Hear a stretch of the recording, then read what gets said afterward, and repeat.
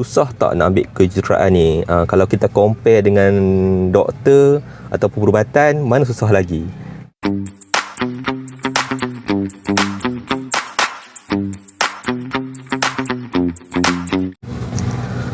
Assalamualaikum, welcome back to my channel. Pada siapa yang baru first time datang ke channel ni, saya ucapkan selamat datang. Dan jangan lupa tekan butang subscribe. Pada siapa yang dah subscribe, saya nak ucapkan ribuan terima kasih. So hari ini saya just nak sembang-sembang santai untuk adik-adik yang nak pilih jurusan untuk masuk universiti.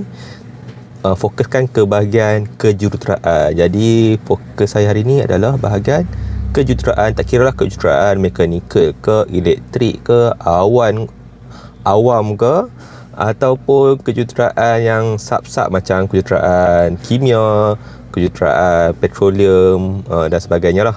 Jadi siapa yang nak ambil kejuruteraan tu, adik-adik boleh tengoklah video ni sampai habis. Saya akan terangkan lah apa tu kejuruteraan, bidang-bidang dia secara ringkas. Lepas tu apa syarat-syarat minimum untuk masuk kejuruteraan, apa yang anda akan belajar, macam mana dia punya tawaran kerja, perbezaan antara bidang-bidang dan sedikit-sedikit lah saya cuba huraikan sikit je lah. Lepas tu mungkin ada yang nak tahu berapa gaji seorang jurutera bila dia dah habis belajar. So siapa yang nak ambil kejuruteraan tu ataupun confused lagi nak pilih kejuruteraan mana, tengok video ni sampai habis, okey? Okey, pertama sekali kita nak tengok apa itu kejuruteraan. Saya baca saja daripada Wikipedia. Kejuruteraan adalah salah satu aplikasi sains untuk memenuhi keperluan dan kehendak manusia. Kejuruteraan menggabungkan pengetahuan, matematik dan pengalaman untuk mereka bentuk sesuatu objek atau proses. Pengamal kejuruteraan profesional dipanggil sebagai jurutera. Okey, secara asas ni kejuruteraan ni dia bagi saya lah, dia proses yang paling penting tu dia adalah design, lepas tu construct, lepas tu dia maintain. Design tu reka bentuk, construct tu bina, lepas tu dia kena maintain. Okey, tak kisahlah kejuruteraan apa pun, kejuruteraan mekanikal ke, elektrik ke, kimia ke, ataupun awam, aero angkasa, memang dia ada proses untuk design iaitu reka bentuk. Lepas tu dia ada proses untuk pembinaan ataupun construct. Lepas tu dia ada untuk maintenance kan benda-benda yang kita dah bina ataupun construct tu dah, yang kita reka tu kita nak maintain pula. Okey, so tiga tu adalah basic untuk kejuruteraan lah. Jadi kita akan gunalah matematik apa semua tu untuk pastikan kita boleh reka bentuk, kita boleh bina, kita boleh maintain barang-barang yang melibatkan kejuruteraan ni. Saya ambil contoh kejuruteraan awam. Okey, kejuruteraan awam ni untuk proses dia design ataupun reka bentuk ni, dia nak reka bentuk satu bangunan, contoh bangunan tinggi dia nak reka bentuk. Dia kena pastikanlah waktu reka bentuk dia kira berapakah saiz besi dalam konkrit yang selamat. Dia nak kena kira berapa besar, berapa banyak besi dalam konkrit. Lepas tu, lepas dia dah design tu ataupun reka bentuk, dia nak bina pula. Apa yang dah design tu dia nak bina bangunan tu. So proses pembinaan tu melibatkan proses orang kata yang pembinaan tu lah. Okey, lepas bangunan tu dah siap, dia kena maintain pula bangunan tu. Bangunan tu orang dah masuk dah bangunan tu. So dia kena pastikan bangunan tu sentiasa berkeadaan baik.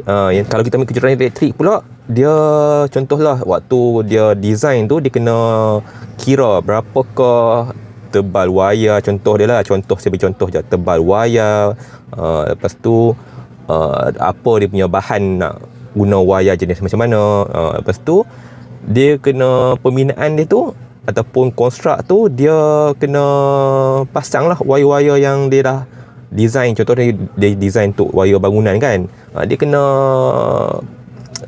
pasang lah, install wayar-wayar tu dalam bangunan tu.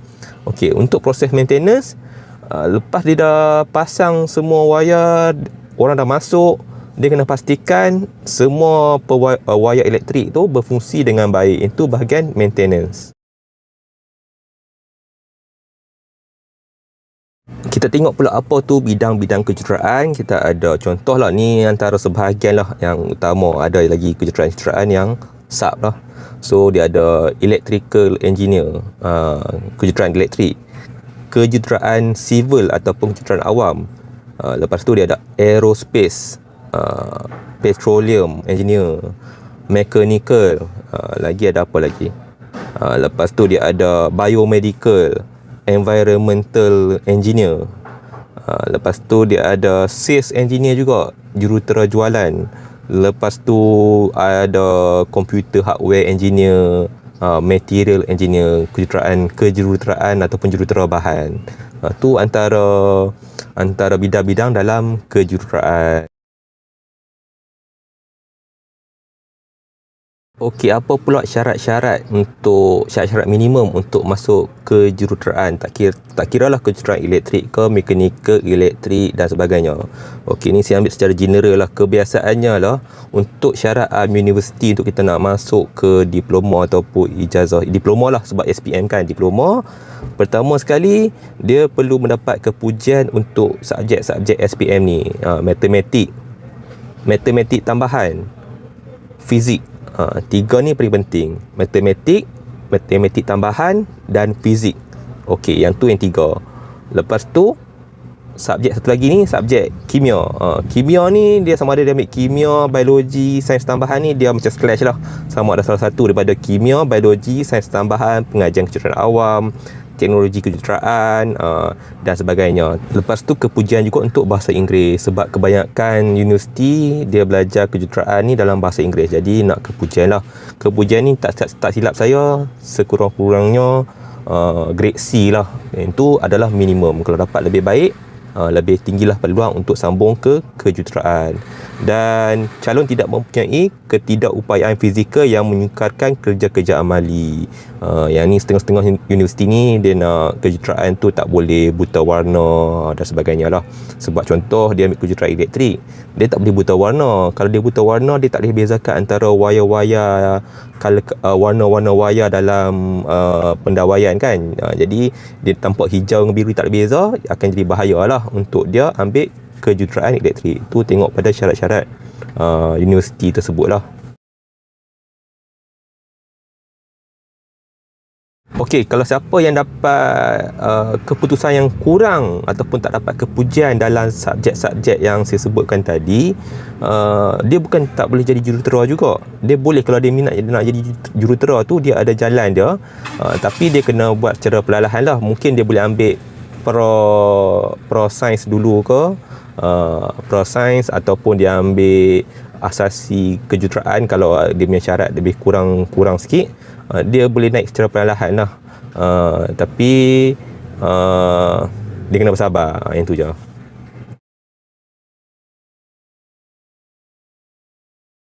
Sebab subjek-subjek ni adalah subjek-subjek yang penting lah. Fizik, matematik tambahan, memang dia akan diajar dalam pengajian program kejuruteraan. Sebab itulah dia kena kita dapat sekurang-kurangnya kepujian ataupun C. Sebab nanti bila kita belajar, katakan kita gagal ke subjek-subjek macam fizik, matematik tambahan, kimia, apa semua tu kan, bila kita masuk dekat diploma ataupun ijazah tu, kita akan hadapi kesukaran lah untuk nak belajar subjek-subjek yang ada dalam silibus diploma tu ataupun ijazah tu nanti. Okey, nak pilih universiti yang mana? Universiti yang mana tak penting untuk masuk kejuruteraan ni. Yang penting sebab universiti mana pun, kalau dia mesti pastikan universiti tu dia MQA lah. MQA ni satu jabatan yang dia rectify ataupun dia cakap universiti tu layak untuk keluarkan ataupun offer kejuruteraan di subjek kejuruteraan dekat universiti tu. Jadi kita kena pastikan universiti tu dia ada akreditasi, katakanlah accreditation. Kalau dia ada tu, tak ada masalah pilih universiti mana pun, sebab semua universiti pun lebih kurang sama je belajar. Nanti bila masuk kerja, bukan orang tanya sangat universiti mana semua tu. Dia lebih kepada apa yang kita belajar kat universiti tu. Okey, nanti bila dah masuk universiti, subjek apa yang kita akan belajar dekat universiti tu untuk jurusan kejuruteraan ni? Tak kisahlah kejuruteraan mekanikal ke, elektrik ke, civil ke, aerospace ke atau sebagainya. Subjek-subjek ni adalah subjek-subjek yang kata wajib diajar untuk pelajar-pelajar kejuruteraan. Okey, antaranya matematik, engineering matematik. Okey, matematik kejuruteraan ni dia lebih kurang macam kita belajar AdMath saja. Dia akan ada balik pembezaan, pengamiran, kebarangkalian semua tu dia akan diajar semula. Mungkin dia ada sedikit advance sikit lah, ada tambahan. Tapi basically matematik ni adalah matematik tambahan dan matematik moden lah. Dia akan ajar semula. Kita akan revise ataupun kita akan ulang kaji semula semua subjek-subjek dekat SPM matematik tu lah. Okey, yang ni kebiasaan matematik ni dia akan ada 3 semester lebih kurang. 3 semester akan belajar matematik. Lepas tu dia ada fluid mechanics, solid, benda-benda yang asas dalam kejuruteraan tu akan adalah subjek-subjek tertentu tu untuk semua kejuruteraan. Selain tu dia adalah macam subjek bahasa Inggeris, subjek etnik ke, subjek-subjek macam sejarah. Tapi yang tu satu sem macam tu je lah, belajar satu subjek saja, tak bukan subjek-subjek yang kata apa tiap-tiap semester ada. Fizik dengan kimia kadang-kadang ada jugalah. Fizik memang wajib ada dalam kejuruteraan. Kimia tu sesetengah kejuruteraan dia kena belajar juga kimia. Jadi untuk sem 1, sem 2, sem 3 macam tu boleh katakan semua kejuruteraan, tak kisahlah dia ambil kejuruteraan apa pun, kejuruteraan mekanikal ke, elektrik ke, civil ke, aerospace ke, subjek dia lebih kurang sama saja. Dia akan belajar basic-basic kejuruteraan, basic-basic fizik, basic-basic matematik. Yang tu wajiblah diambil oleh pelajar-pelajar kejuruteraan. Okay, ada orang tanya juga, susah tak nak ambil kejuruteraan ni? Kalau kita compare dengan doktor ataupun perubatan, mana susah lagi? Sebenarnya setiap bidang tu dia ada susah yang cara tersendiri lah. Seorang doktor dia takkan boleh buat kerja-kerja yang seorang jurutera buat. Seorang jurutera dia takkan boleh buat kerja-kerja yang seorang doktor buat. Doktor akan rasa apa yang jurutera buat ni susah. Jurutera pula akan rasa apa yang doktor buat tu susah ataupun belajar tu susah. Yang tu yang kena ingat lah. Jadi nak kata susah ke senang ni, subjek apa pun kita kena belajar, kursus apa pun kita kena belajar lah. Jadi susah tak susah tu semester 1, semester 2, semester 3, maksud dia 1 tahun setengah yang pertama tu dia akan belajar subjek-subjek yang apa yang dia belajar kat SPM lah, macam matematik, fizik, kimia. Dia akan ulang kaji semula dan mungkin ada sedikit tambahan lah, bukannya 100% apa yang dia belajar dekat SPM tu. Dia akan ada lah tambahan. Contoh dulu buat pengamiran ataupun pembezaan, satu langkah. Bila masuk universiti ataupun masuk IPTA atau apa sebagainya, dia akan jadi 3 langkah. Step dia akan lebih panjang lah, tapi konsep dia ataupun asas dia adalah daripada matematik tambahan yang waktu SPM tu. Fizik pun dia akan belajar semula lah, fizik-fizik asas yang dia belajar masa SPM tu.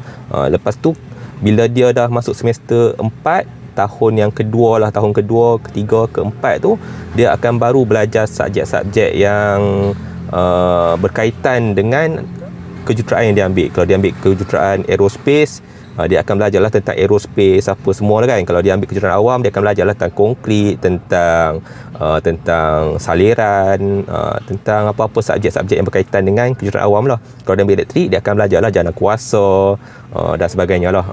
Masuk semester ketiga, keempat lah, baru dia akan belajar apa subjek-subjek yang dia ambil bidang dia tu, ikut bidang. Semester 1, semester 2, semester 3 lebih kurang sama saja semua kejuruteraan.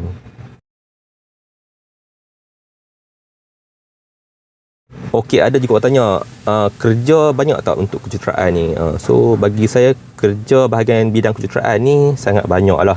Sebab apa banyak kan? Sebab pada awal saya dah katakan, kejuruteraan ni dia melibatkan design, reka bentuk, dia melibatkan pembinaan ataupun konstruk, dan dia melibatkan juga maintenance ataupun penyelenggaraan. So untuk design, untuk reka bentuk, dia ada syarikat kejuruteraan yang buat reka bentuk saja, dia akan fokus kat bentuk saja. Jadi banyak syarikat kejuruteraan yang fokus untuk reka bentuk. Jadi kalau kita masuk syarikat tu, tiap-tiap hari kita reka bentuk je, kita tak buat maintenance sangat, kita tak buat pembinaan, kita buat reka bentuk saja. Contohlah saya ambil untuk kejuruteraan awam,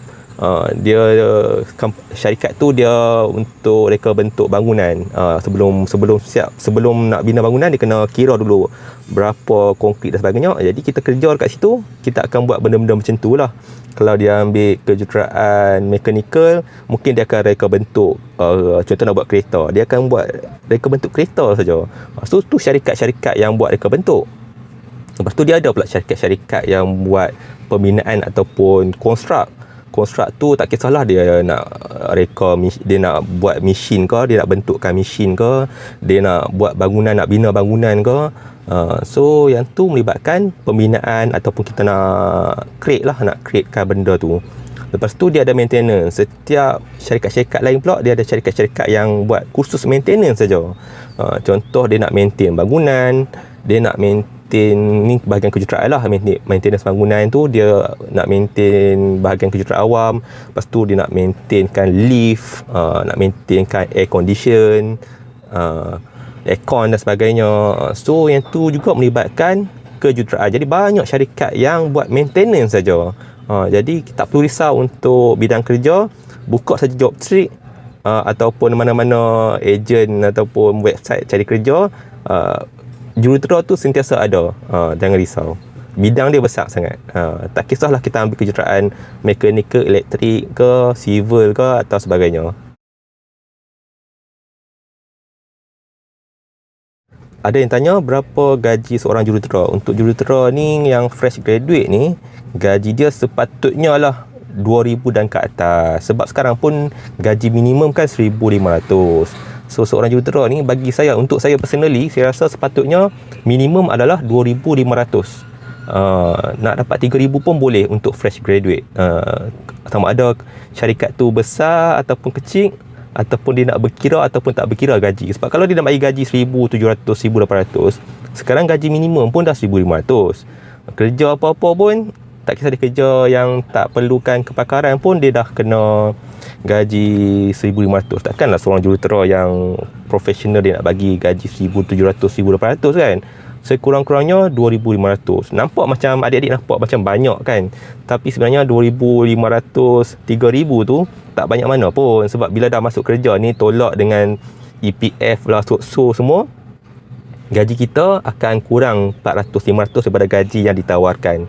Mungkin 300, 400 kan. So sepatutnya syarikat-syarikat offer gaji yang minimum bagi seseorang jurutera ni dapat 2,500. Tak kisahlah dia jurutera apa pun, jurutera mekanikal ke, elektrik ke, dia patut dapat sekurang-kurangnya 2,500.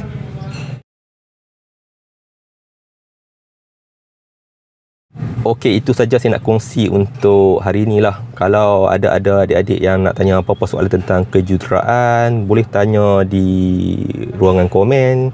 Untuk siapa-siapa yang jurutera, mungkin boleh kongsi apa kerja-kerja yang anda buat pun, bolehlah cakap di ruangan komen. Jadi kita jadikan konten ni ataupun video ni sebagai perbincangan. Siapa-siapa adik-adik yang nak masuk bahagian kejuruteraan ni dapat ilmu apa itu kejuruteraan, apa perbezaan, macam mana kerja, macam mana belajar. Jadi kita kongsi sama-sama. Semoga dapat memberi manfaat kepada adik-adik yang masih confused ataupun tertanya-tanya nak masuk bidang kejuruteraan mana, risau nak masuk kejuruteraan, boleh dapat ilmu di sini. Jadi kalau adik-adik rasa ataupun anda rasa video ni bermanfaat, bolehlah tekan butang subscribe, like video ni. Sehingga kita berjumpa di next video. Assalamualaikum dan bye-bye.